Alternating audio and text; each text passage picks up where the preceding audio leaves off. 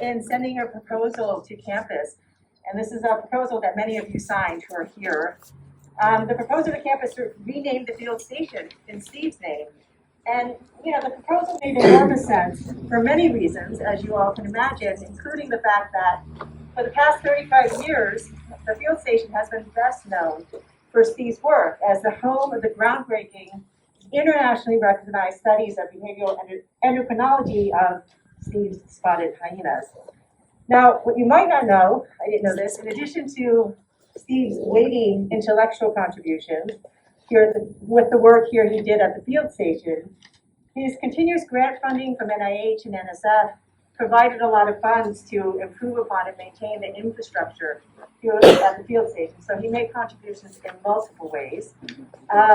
You might also know, I know many of you do, having been his colleague, that he was outstanding as a teacher, as a mentor, as a colleague, as a collaborator, as a former department chair, as a spokesperson for hyenas and behavioral biology more broadly. And in June 2020, just a month after Steve passed, but I was told he knew this was happening. Yes. Campus approved the renaming of the field station to the Stephen E. Glickman Field Station for the Study of Behavior Ecology and Reproduction. It took us a while to get here because of the pandemic, but we did not forget throughout these last 2 years. And again, welcome. We're delighted to do this event in Steve's honor. Leanne is going to take over the emceeing, and we have a bunch of talks, and there's drinks and little treats afterward. Take it away, Lynn. I first should say that I'm delighted to see how many people showed up and made it up here on the hill, and it shows how beloved Steve was by the community and by me as well. I had some notes just because I knew this is a little emotional, so I might lose track of where I am. But I really think it's just a great pleasure because I know how much Steve loved it here.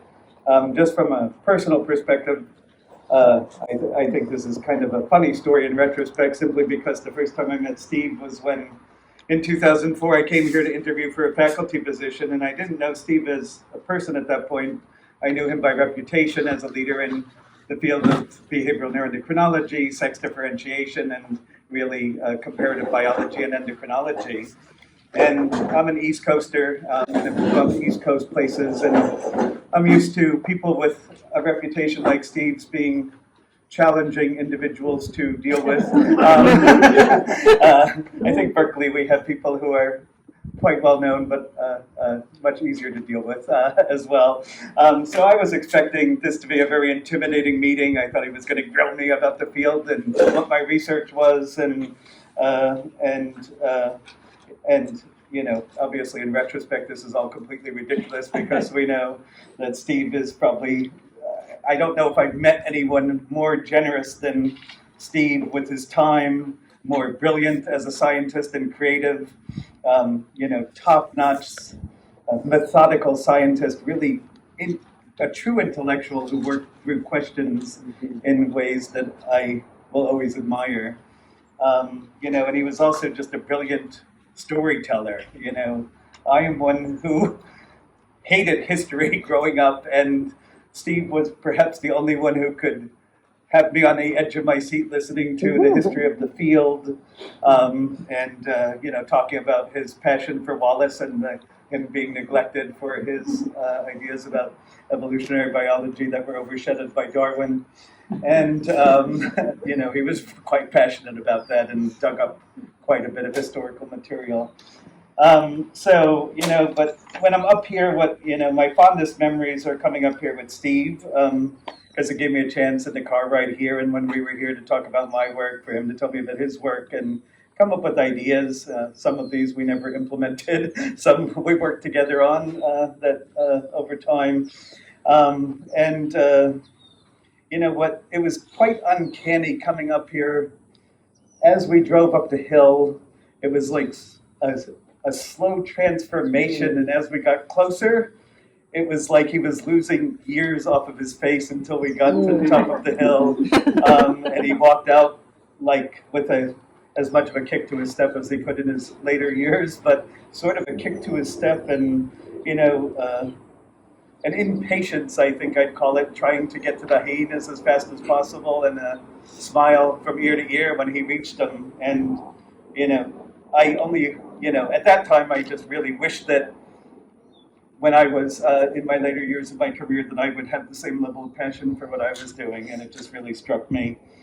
So, it's really an honor for me to be here today and even be part of this, and I could reveal the plaque that we will be hanging here to honor the field station in his name, the Stephen E. Glickman Field Station for the Study of Behavior, Ecology, Reproduction, dedicated in May 22.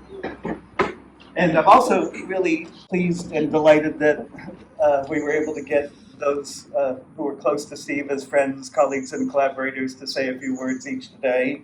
And it's really a great honor for me to introduce each one in turn. And the first one will be Irv Zucker, who will come up and say a few words first.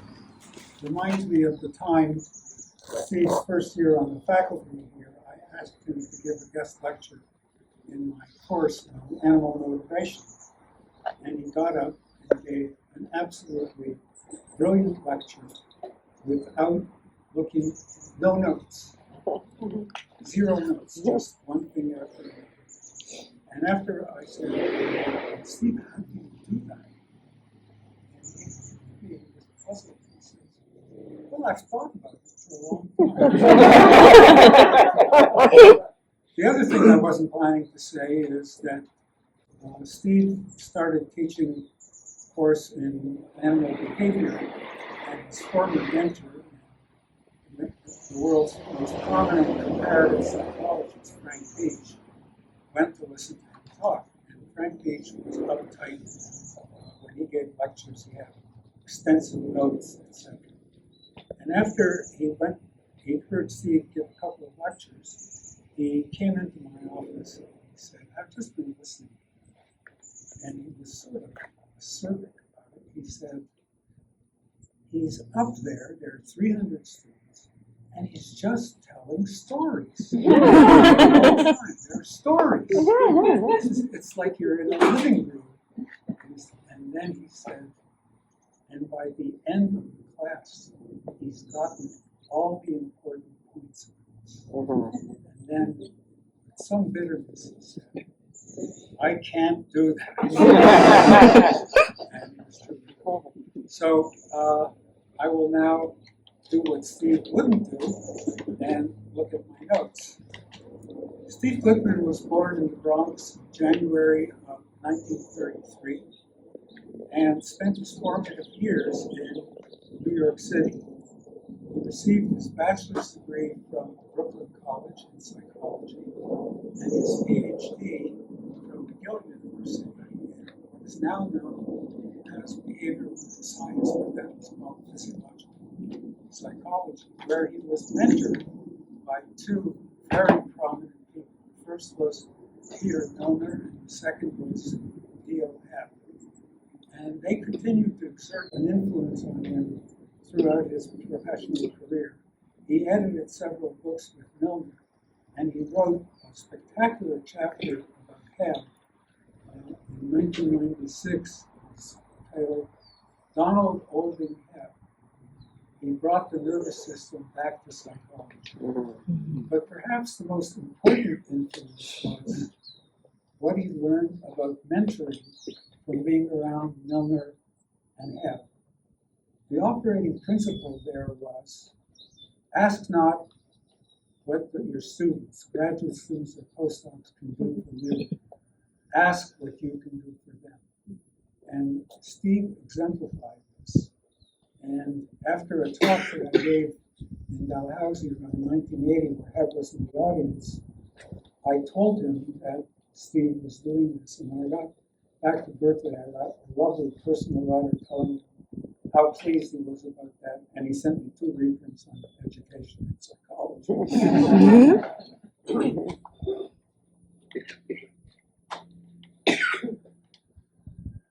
From an early age, Steve expressed an interest in animals. He made repeat visits to the Bronx Zoo in the company of his nanny, whose brother worked in the zoo, so he had access. And what he did is he parked himself in front of a cage that had a rhinoceros, and for hours when he was doing visits, and he was absolutely convinced that the rhinoceros was communicating.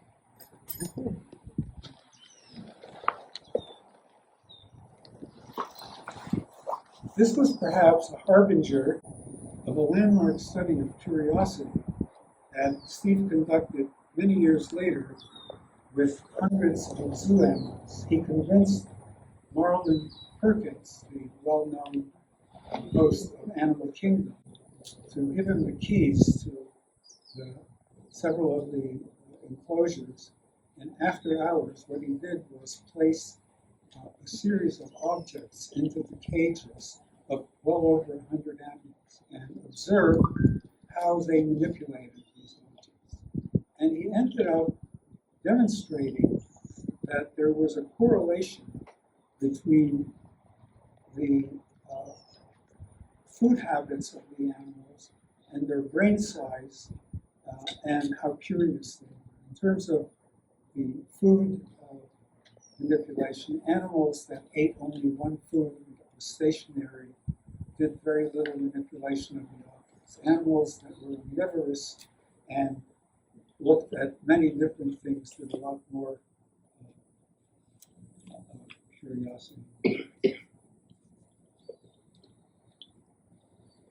The data analysis and preparation of the manuscript based on this research occurred when Steve relocated to Berkeley in 1962 on a Miller Fellowship sponsored by Frank Beach, who was the founding director of this field station. Steve's first research project at the station involved social interactions and threat patterns of a group of striped skunks. They were descented so you could get near them. Now, you go back to Steve's early history, you can see where the skunks come in. Steve first began working with skunks as a child of 9 at a children's camp in the Catskills. In the summer of 1942, the camp newspaper noted, and I now quote, "If he leaves his group and doesn't come back, he's feeding his skunks at the nature shack." Steve's almost 60-year association with the field station began with skunks, ended with hyenas, with many species interspersed in between. He eventually succeeded Beach as the field station director from 1972 to 1977, and had a second 14-year term as director beginning in 1996. Steve encouraged and was instrumental in transferring animals from cages, mostly in Tolan Hall, to more spacious surroundings at the field station, where they could be exposed to natural variations in light and temperature, which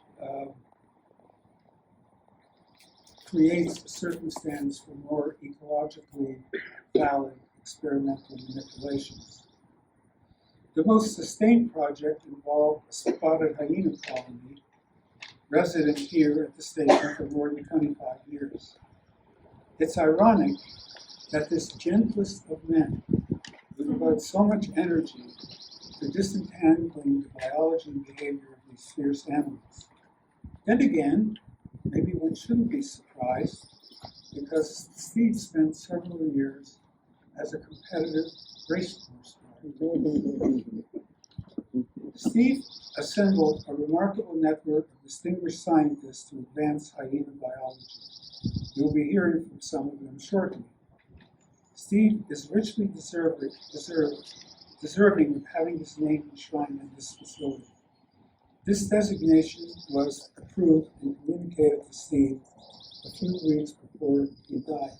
I would be remiss if I didn't mention how colleagues, both in integrative biology and in psychology, and people who heard about this from outside the university wrote in to support this designation.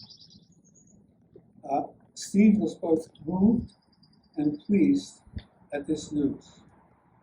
Steve enriched the lives of countless Berkeley students and faculty for more than 50 years. He was a highly creative scientist and a wise and generous human being. I learned through decades of co-teaching with Steve how to be a better instructor and to expand my research to include diverse species. But even more important, I cherish our deep, enduring friendship. I miss him. It's really an honor for me to do this. I used to have a stronger voice. And you probably used to have better hearing. So unfortunately, we're going to have real trouble. I can't tell you what Steve meant in my life, and a lot of it comes from things that Irv just mentioned. Now, I've known about the behavior station, and what I would like to do today is not just about Steve, but why it's so apropos that this station be named. As Irv said, we started off with beagles, with Beach Frank, and it's gone through, at least the ones I know, there have been birds, rodents, Caddis monkeys, several kinds of monkeys, and then hyenas, and probably hyenas were the longest and drew the most attention for the public as well as other scientists. And I think his use of this station for the hyenas actually epitomized what this station was all about and why it was so valuable. You can do behavior studies in a lot of places, zoos for one thing, or laboratories, but if you're working on basically wild hyenas, there's nothing like this anywhere in the world, which I don't think was insignificant that Berkeley ended up with, as far as I know, the world's only breeding colonies of African hyenas. It couldn't have been done anywhere else, and it couldn't have been done without someone like Steve Glickman. So he was remarkable in many ways, starting with behavior studies and then realizing it wasn't enough. He had done behavior studies. He was not a physiologist. He wasn't an endocrinologist, but he realized that this kind of work had to contribute to what he wanted to do, to get the answers for what he wanted to do. And it's a tribute to this man that he could think in these broad terms and had no fear of going into new fields. And the way he did it, in large, well, two things. He began educating himself. And the other thing he did was to seek out collaborators who could do a lot of the things that no one person could do. And he was remarkable in this way. Those of you who knew Steve know that he could get you to do anything, no matter how badly you wanted to get out of it. You just couldn't turn him down. And I became involved in this way, I can't tell you how many decades ago. I'm an endocrinologist. I had spent my career working on reptiles and amphibians. I had never touched a mammal other than maybe my wife. And he came to me and I said, Steve, I know nothing about mammals. Actually, that's not true. I had worked with Irv Zucker. I should have remembered that. And Irv, but he had me working with weirder animals than even hyenas. In any case, even after I worked with Irv, I thought I knew the difference between a penis and a vagina. Turns out I didn't. And it was 20 years ago, I'm not sure. I wasn't woke, and I don't think even the woke people know that. But my point is that Steve had a way of really drawing people in to do big science, bigger than any one person could do. And he did this because he had this wonderful personality, which you all know, who got people interested in whatever he was doing, what he wanted to do. And as I look around here, I've had wonderful collaborators. Irv Zucker for one, Al Conley. I'm sure that, oh, Lawrence Frank. Well, Lawrence. But he was among them. Steve he was a wonderful human being beyond the collaborator, and it made it more fun. And I think the reason that he turned the field station into something special was this broad interest.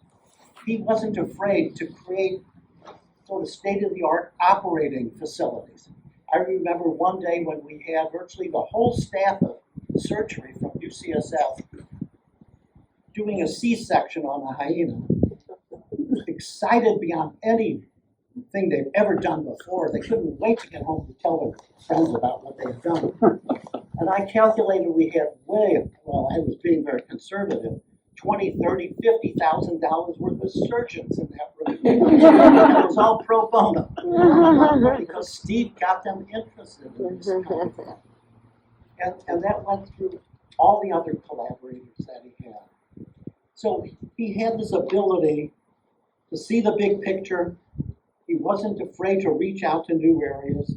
He had a personality that it made it possible to get others involved.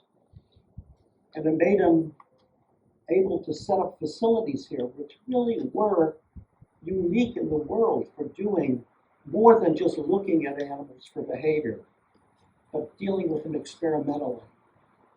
And so I think having this named after him is the most appropriate thing we could do with this station. I was the dean when I saw a lot of problem with fundings coming up here. If it had not been for Steve's perseverance and ability to deal with a lot of people, this station wouldn't be here in town. It might even be a student housing. Oh, boy. One of the plans for it back. I'm not making that up. So he's really put this place on the map, and his name has to be on it.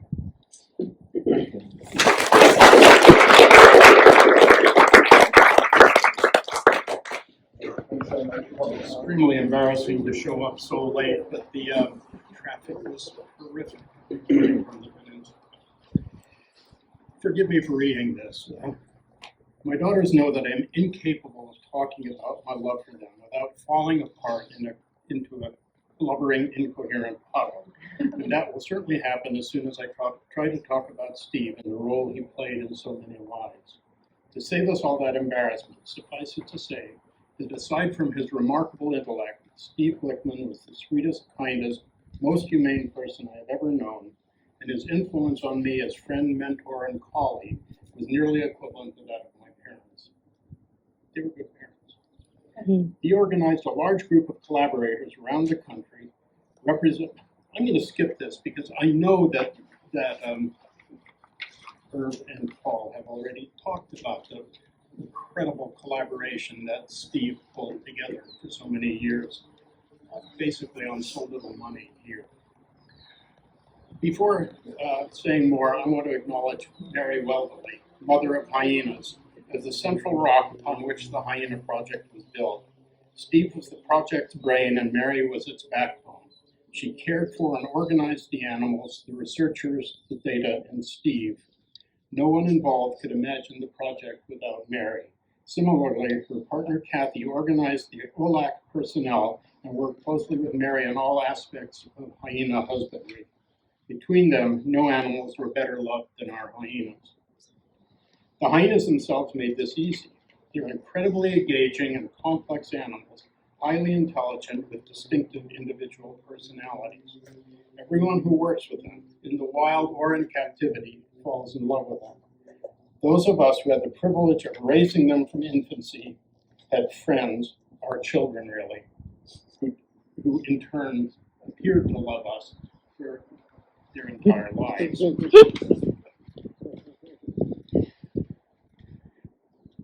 Others will talk about Steve's scientific and intellectual contributions. And I thought you might be interested in a little bit about the early history of this project. There had been two major studies of hyenas when I started my PhD work in 1978. Leonard Harrison Matthews studied and described their anatomy and reproductive histology in the late 1930s, and Hans Krupp did the first field study in the 1960s. Hans focused on predation ecology, but he also cataloged their extensive behavioral repertoire. Among his major findings, he found that females were dominant to males in nearly all contexts, a rare reversal of the usual situation among mammals. I did my degree here on hyena behavioral ecology, and as soon as I was able to recognize individuals, it became apparent that female dominance over males, and particularly dominance among females, were central organizing principles of the social system. Higher ranking females and their offspring had priority of access to food. This was mediated by aggression, and critically, offspring inherit their mother's rank, which is stable for life and central to female reproductive success. Others have suggested that androgens must be involved with the peculiar female genitalia, and I suspected that it was also related to female aggression, dominance, and thus matrilineal reproductive success. I knew nothing about behavioral endocrinology and cast about looking for someone who might take an interest in this unique system.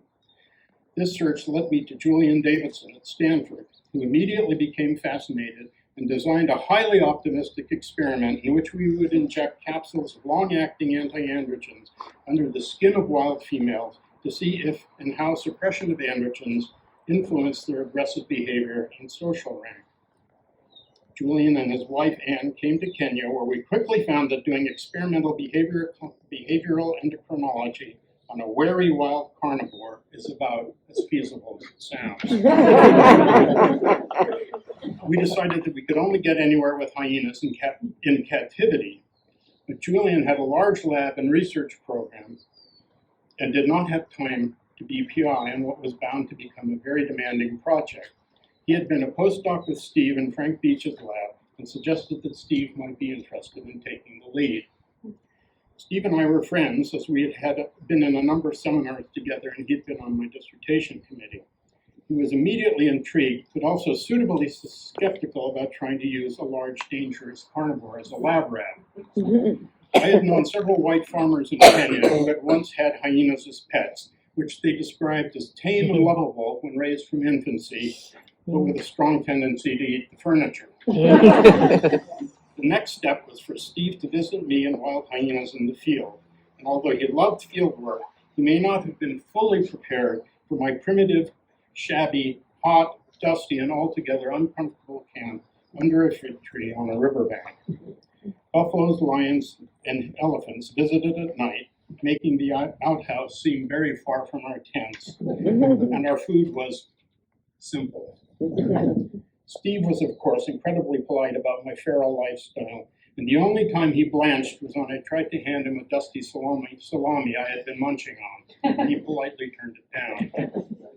He became enthralled with the animals and determined to go ahead with the mad plan of turning them into lab rats.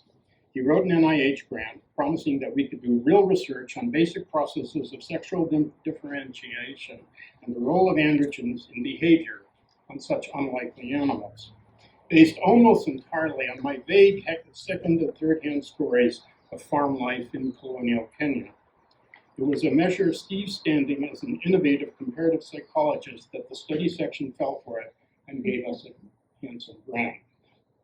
Then, of course, we needed hyenas.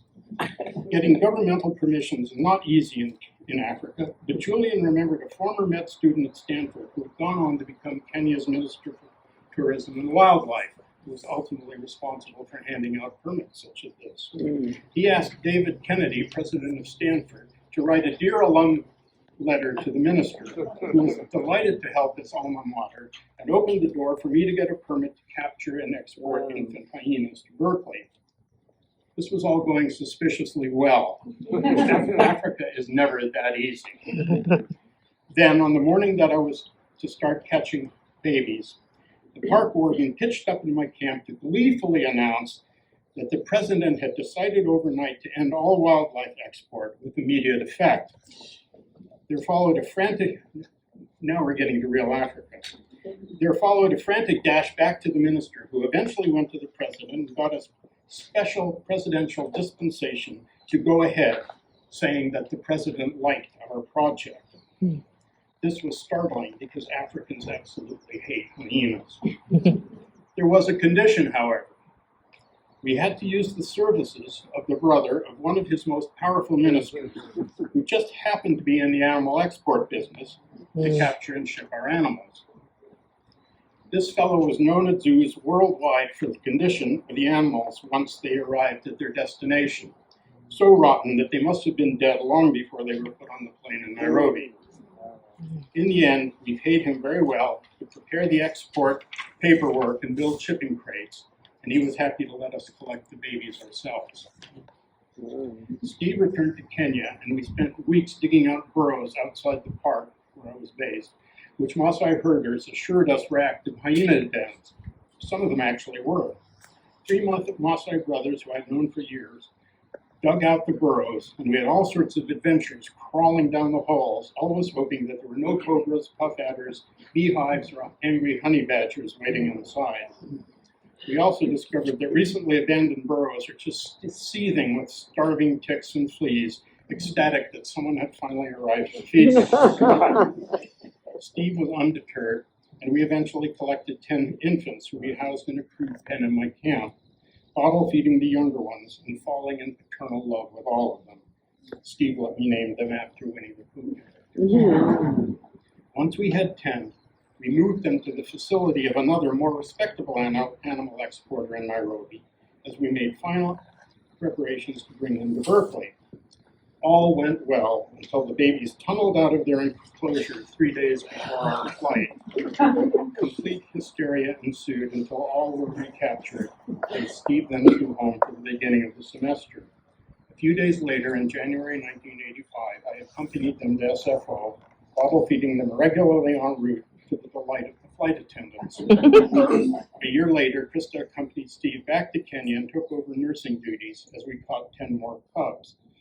That year, Steve and Krista flew them home. As Frank's beagle structure was showing its age, a whole new facility had to be built at FSBR. In the meantime, we kept the cubs at another old beagle facility on the Davis campus, waiting for the completion of this structure. Early on, we spent more time in Davis bottle feeding and playing with the cubs than doing serious research. But we did start taking blood samples to monitor their changing hormonal profiles as they mature. As controls for the endocrine research, we needed to castrate 2 males and spay 2 females while we were still at Davis. A veterinarian and animal rights advocate on the Davis Animal Care and Use Committee objected to these routine procedures, which are obviously recommended for all pets, as cruel sexual mutilations. The protocol was approved by the rest of the committee, however, but Steve and the accusation of sexual mutilations became a standard feature on signs at the regular campus animal rights protests. We moved the cubs into their permanent home here in August 1985, and the real research commenced. I miss Steve every day and constantly find myself thinking, we haven't talked in a while. I gotta call Steve this evening. Thank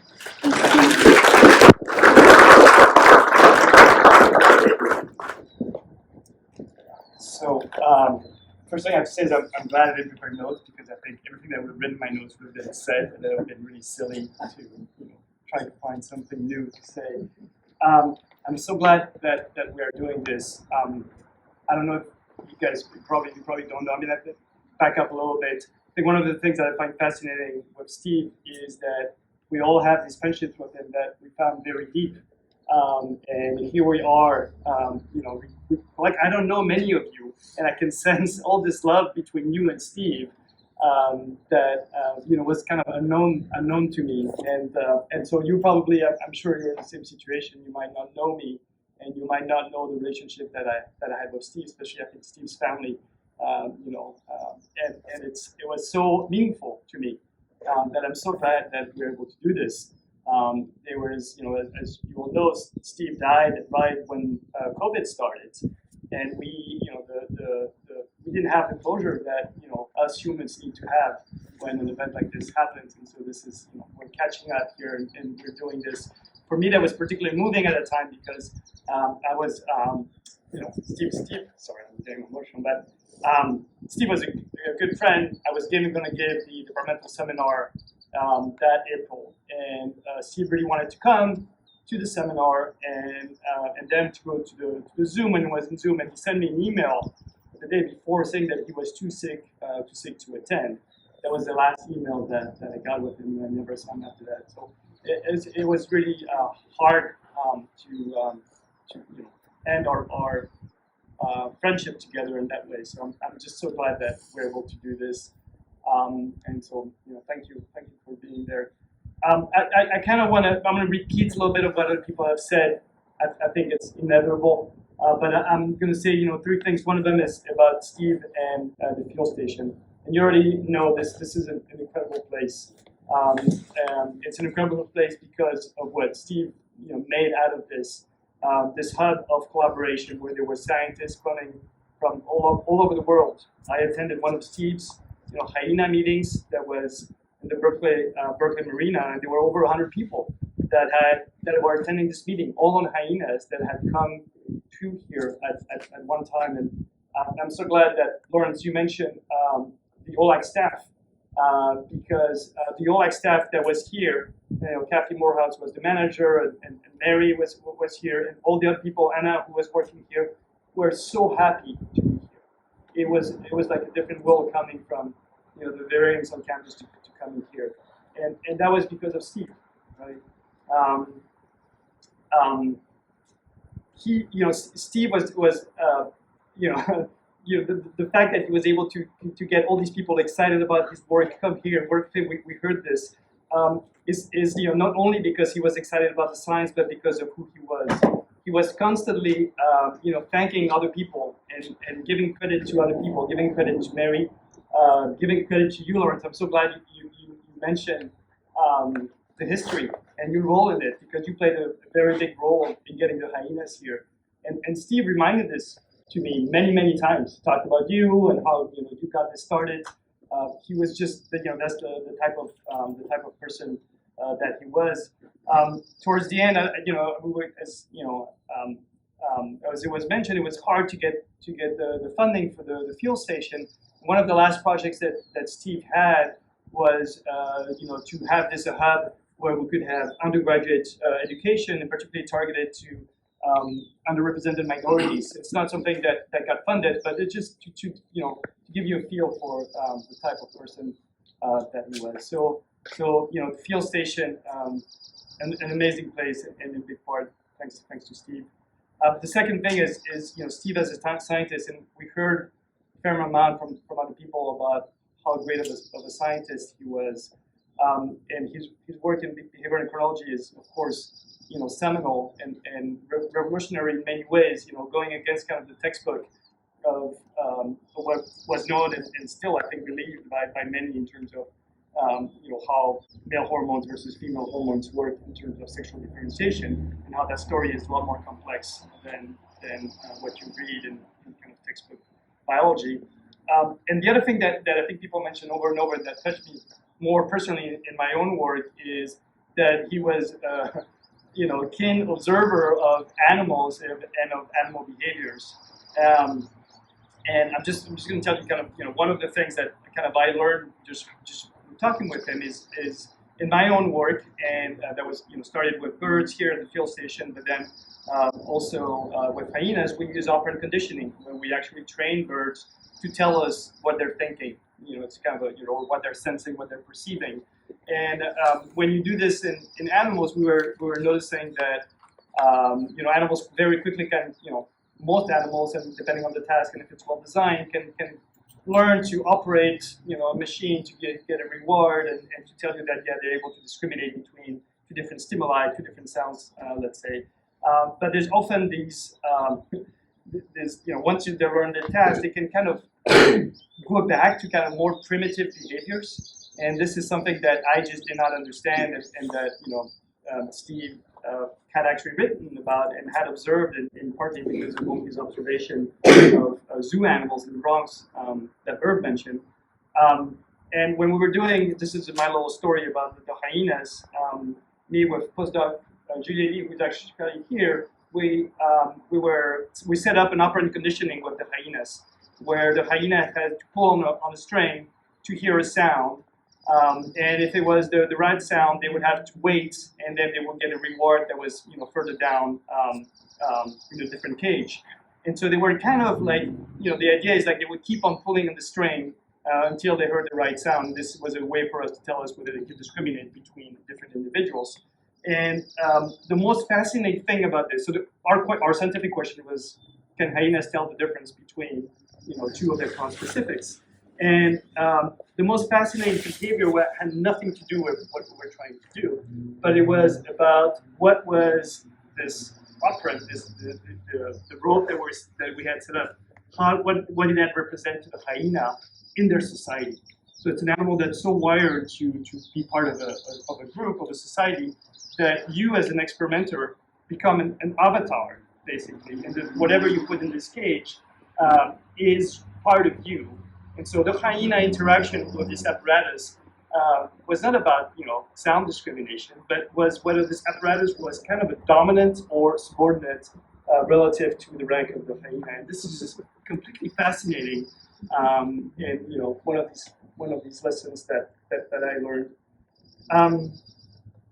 Okay, so that's science. And the third thing I wanted to say about Steve is Steve as a colleague and as a friend. And we heard already a lot about his ability for storytelling and how creative a teacher he was. And I fell under his spell just like everybody else.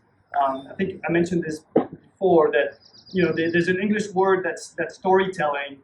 The French word, which is conteur, is a little even more, I think, telling, because when you tell a story, right, there's also a lesson, right? I mean, this is why he was so efficient as a professor and as a lecturer, is that of course these stories are captivating because of the content of the story, but you also learn something that is deep from the story, and be able to kind of craft that and deliver that was one of his skills. With that skill of storytelling, it's something that I think was mentioned briefly. He was also an incredible listener. And this is the graduate students, what can you do for them? I think of all of my colleagues, he's the one who listened to me the most. Really looked at me in the eyes, quietly waited until I was done telling him what I was doing, whether it was scientifically or things that were happening personally in my life. So many professors, like to hear themselves speak, and are not so good at listening. And Steve was an amazing storyteller and a great listener. And I miss him dearly, and I think about him very often. And again, I'm so glad we're doing this.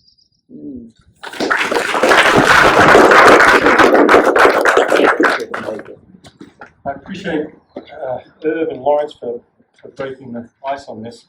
I couldn't do it without just reading, and I hope you forgive me. I'm grateful for the invitation to be here today and to share memories of Steve. I'll be brief, and so as not to run off script, because I'm bound to do that, please allow me to read as best I can. I was lucky enough, thanks to Irv, to join in recognising Steve a few years ago for the Berkeley Medal. Lucky because it allowed me the opportunity to let him know just what he meant to me. We don't always get to do that with the people we love and admire.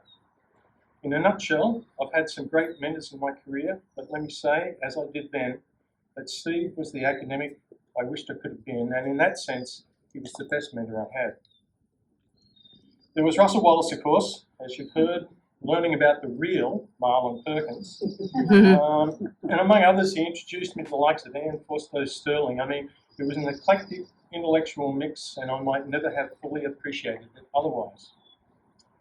I first met Steve after giving a seminar here on yolk steroids in alligators, as I recall. After my wife Jo and I moved to Davis in the mid-90s, and he recruited me as an endocrinologist to join the Hyena Project.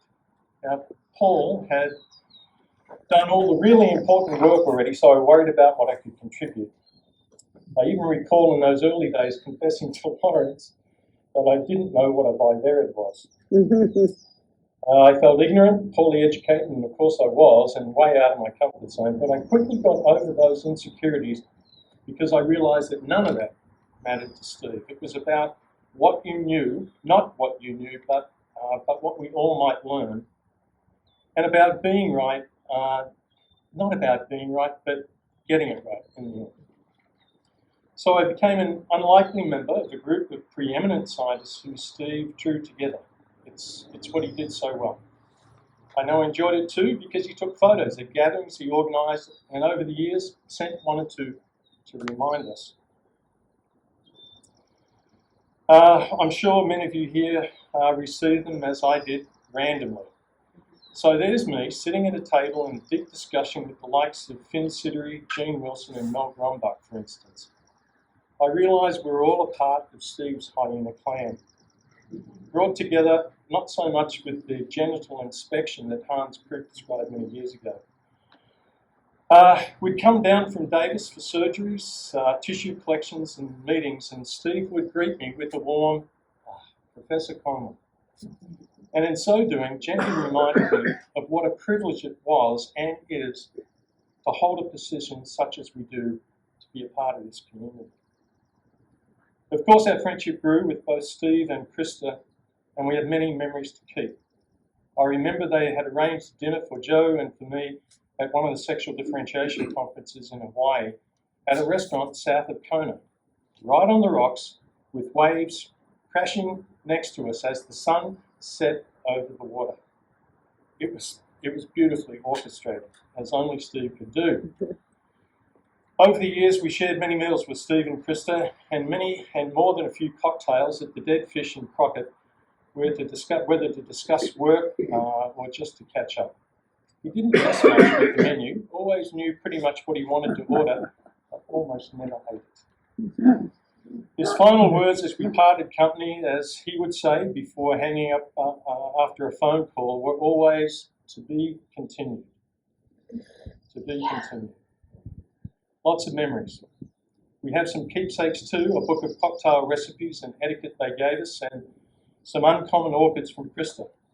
Paul would know the species, but I'm still getting my head around those bloody viberias. Steve had been encouraging me for a while to work on a review more focused on the hyena endocrinology, much like Jerry did for the anatomy. I finally got down to doing it about the time he got his first diagnosis. With Christine, Ned, Jerry, Jeff, and Mary, we got it done. I'd sent drafts intermittently, but he was beyond reading them by then. The last and final version was sent to him the morning of the day he passed. Could it have been that bad? In any case, it was done, and we dedicated it to him, of course. So I want to leave it there, but let me finish with the words of the Irish author John Banville, who once wrote, "The past beats inside me like a second heart." And it does for me, and so it is, as Steve would say, to be continued. She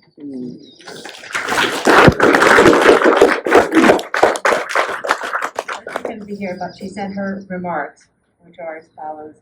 Friends, colleagues, and Glickmans, I'm very sad not to be with you today to celebrate and honor Steve. I will be thinking of you as I celebrate my nephew's graduation at Princeton today, surrounded by the squirrels of my own doctoral research, thus from another field station.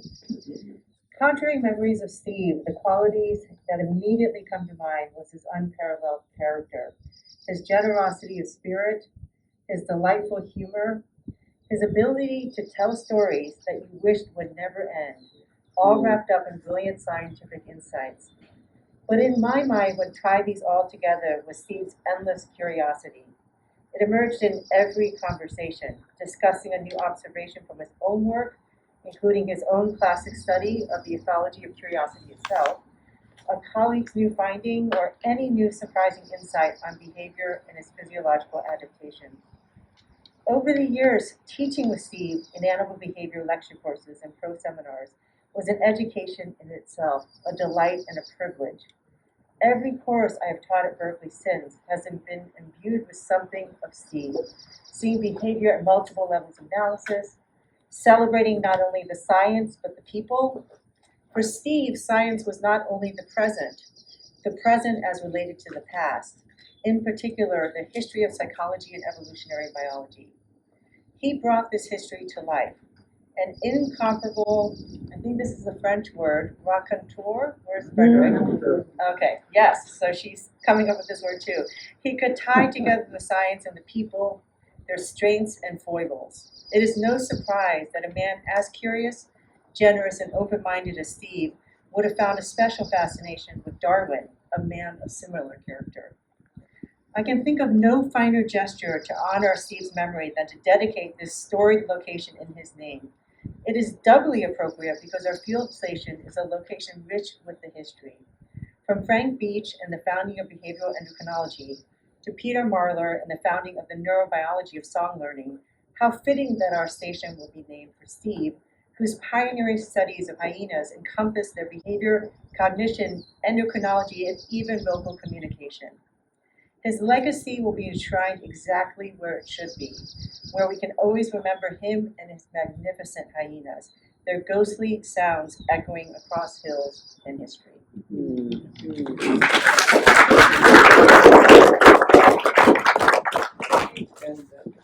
I wasn't going to add anything, but I just, in hearing all of these stories, feel compelled to add that I feel really lucky to have known Steve and to have been up here at a time when it was filled with hyenas and wood rats. And when I moved back to California in July, we found a wood rat house in my yard. And I went around going, it's a Neotoma and I just felt welcome in Berkeley already. So, and I was here for at least one of those C-sections. It was the first C-section I ever witnessed, and it was made quite an impression on me. So I'm going to put on my K hat, or at least I need the shade. All right, so this is from K. Holcamp. I'd like to take a moment to explain why I think it's such a great idea to name the field station after Steve Glickman. There are multiple reasons. First, Steve loved the field station more than anyone else I ever met.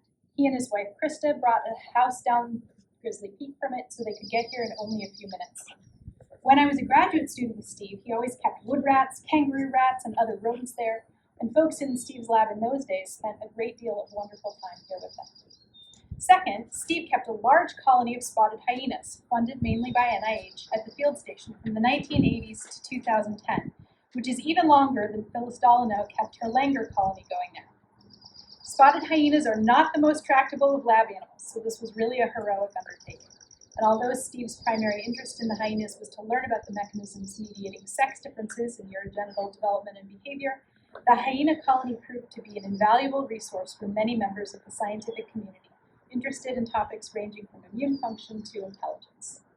Steve founded the hyena colony just as I was leaving Berkeley for a postdoctoral appointment at UC Santa Cruz, but the differences he observed between wild and captive hyenas during the colony's first few years prompted Steve to suggest to me over lunch a couple of years later that I consider studying social development among the wild hyenas in Kenya. Steve was not a field biologist, but he recognized the need for one in this case, and that conversation changed my life as I jumped at the chance. Now my students and I have been studying free-living spotted hyenas in Kenya continuously since the late 1980s. Although I first went to Kenya thinking I'd do a dissertation-length project and then move on to a different study species like Steve, I found the hyenas to be so fascinating and weird that I'm still working with them today. I only wish Steve was still around to enjoy them with me. Third, Steve attracted a large number of students, staff, and collaborators to the field station, such that it was a bustling, stimulating place for decades. Steve's kindness, grantsmanship, and intellectual curiosity, and Mary Welderly's organizational skills, allowed all these people to be fantastically productive, and much of the work done here with the captive hyenas was truly groundbreaking.